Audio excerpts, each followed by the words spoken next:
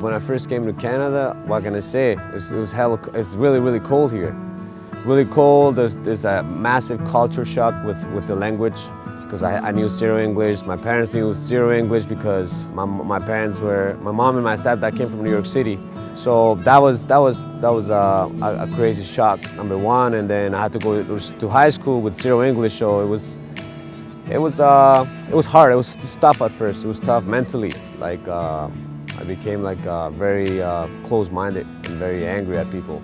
At school, yeah, at school it was hard to make friends or to have a connection with somebody because of the English barrier. So I became bullied perhaps, or I just didn't have a lot of people to talk to, or didn't want to talk to a lot of people because you just feel like you're a target, like, you know, people are making fun of you. So that's where boxing came in and stuff like that. But you know, the more you live in this country and the more you understand that, you know, there's so many doors and opportunities for people here. Like, everything is so united, no matter where you're from. You could be from China, Spanish, Jamaican. There's always doors here that are gonna help you become better in life, get ahead, or like a food bank, or free classes, or ESL classes, or healthcare is a big one. So here in Toronto, I managed to build a little family. You know, it's my son Tiago, Ashley, and now we have a little puppy. His name is Remy.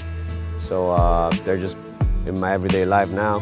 So when he's training, he comes home salad. Always salad.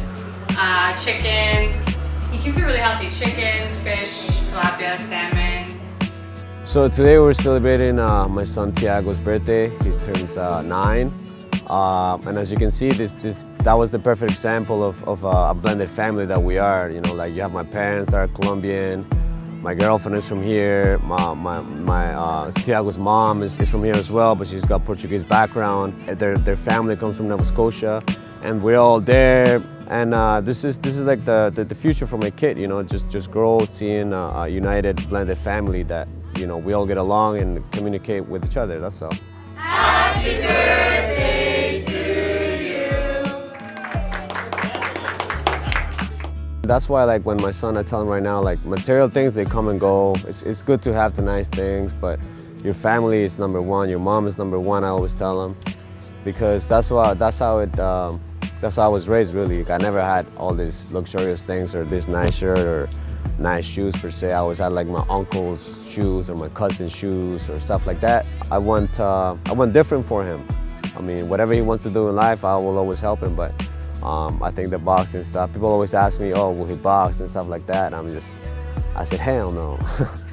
I fight so he doesn't have to fight per se. You know, I go through all of this hard work, sweat, pain, tears, just he doesn't have to. I'm gonna give him all the advantages that perhaps I didn't have to. I'm gonna give him all the advice that I never got, so that, you know, he has a different route. You know, he doesn't have to fight like I do.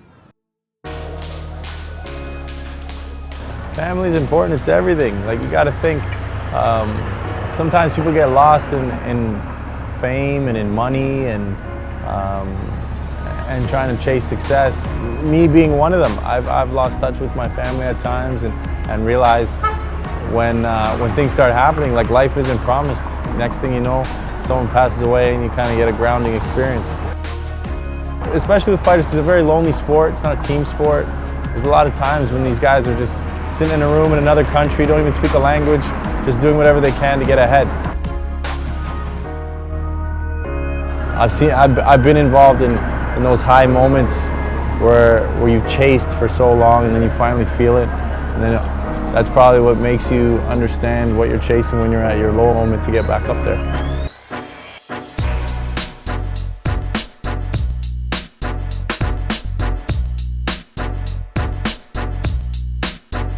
You know, Sammy's like my little brother. That's what I call him, my little big brother. And he adapted and learned my work ethic, and we killed it day in and day out. And he has that today, and I seen it in the gym today. He's back with Chris, which is a good thing. Together, you know, and with Sammy's mindset, it takes someone special to go into another man's country and to defeat him. And Sammy has that without question.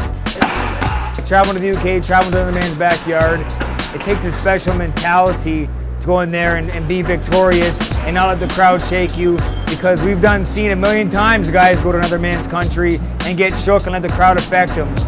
Me, didn't happen.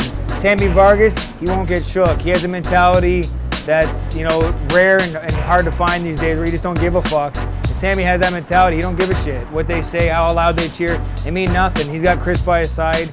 Me and Chris did it 4 to 5 times I've been in England, so he's got the right man in his corner.